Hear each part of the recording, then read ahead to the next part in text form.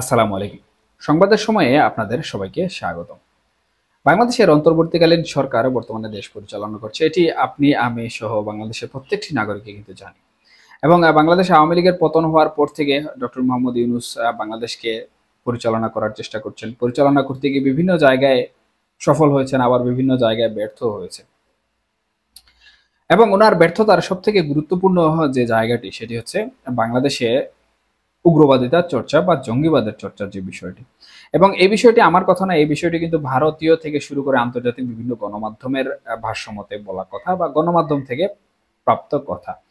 আমরা জানি এই যে ট্রাম্প প্রশাসন কিংবা আমেরিকা বা পশ্চিমা বিশ্ব যাদেরকে বলা হয়, তারা কিন্তু প্রকৃতপক্ষে এই যে ইসলাম ফোবিয়া একটি বিষয় তাদের মধ্যে খুব বেশি কাজ করে।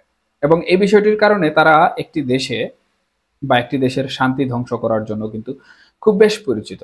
আমরা ইতিমধ্যে অনেক রাষ্ট্র দেখেছি পৃথিবীর মধ্যে যারা এই ইসলাম ফোবিয়া এবং পশ্চিমা বিশ্বের ইসলাম ফোবিয়ার কারণেই কিন্তু ধ্বংস হয়ে গিয়েছে বা যুদ্ধ অবস্থায় চলে গিয়েছে।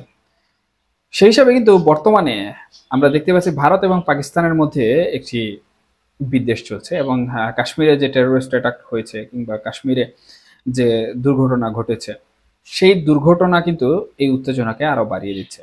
বাংলাদেশ নিয়ে ইতিমধ্যেই কিন্তু আমরা দেখেছি গণমাধ্যমের পাশাপাশি তুলসী গ্যাবার্ড, যিনি আমেরিকার নিরাপত্তা সংস্থার প্রধান, গোয়েন্দা সংস্থার প্রধান, উনি কিন্তু বাংলাদেশে উগ্রবাদিতার চর্চা হচ্ছে, জঙ্গিবাদিতার চর্চা হচ্ছে এবং অন্তর্বর্তীকালীন সরকার এগুলো সামাল দিতে পারছে না বা তাদের আমলে এইসব বিষয় হচ্ছে, এগুলো নিয়ে ইতিমধ্যে বিভিন্ন ধরনের কথাবার্তা বলেছেন।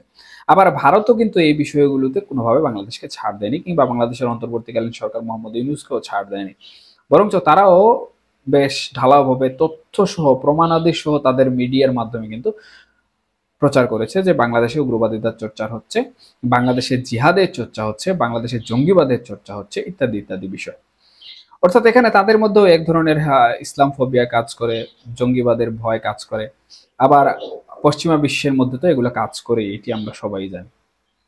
তবে এগুলো আসলে বিষয় নয়। এগুলোর মধ্য থেকে এখন যে বিষয়গুলো সব থেকে বেশি আমাদেরকে প্রভাবিত করছে সেটি হচ্ছে আমাদের অন্তর্বর্তীকালীন সরকারের একজন উপদেষ্টা, আইন এবং বিচার বিভাগের দায়িত্বে রয়েছেন, আবার প্রবাসী কল্যাণেরও দায়িত্বে রয়েছেন আমাদের সর্বজন শ্রদ্ধেয় সবার প্রিয় আসিফ নজরুল স্যার।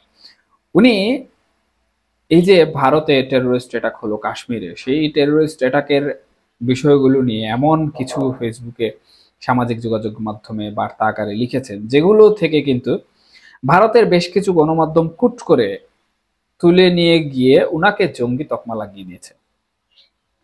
এমনকি উনার বিষয়ে আমেরিকার যে তুলসী গ্যাবার্ড রয়েছেন, তুলসী গ্যাবার্ড সহ আমেরিকার যে সকল নিরাপত্তা ব্যবস্থা রয়েছে এইসব বিষয়ে কাজ করে, তাদের মধ্যেও কিন্তু একটি বার্তা ছড়িয়ে দিয়েছে।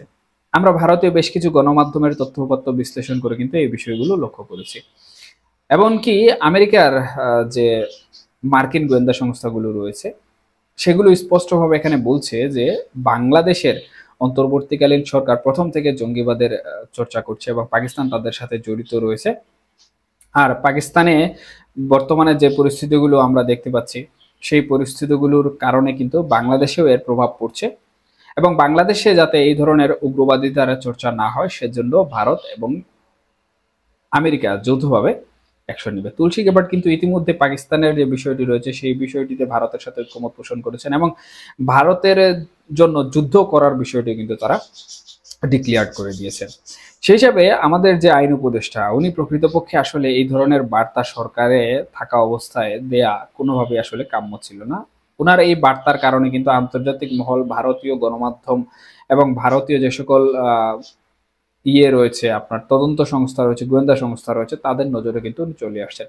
এবং অন্তর্বর্তীকালীন সরকার নিয়ে যেহেতু আন্তর্জাতিক বিশ্বে ইতিমধ্যে বেশ কিছু জুট ঝামেলা তৈরি হয়ে আছে, সেহেতু আমার মনে হয় না যে তারা অন্তর্বর্তীকালীন সরকারের একজন উপদেষ্টা থেকে প্রাপ্ত এই ধরনের তথ্য কোনোভাবে ছাড় দিবে। বরঞ্চ তারা এই বিষয়টিকে খুব ঢালাভাবে দেখবে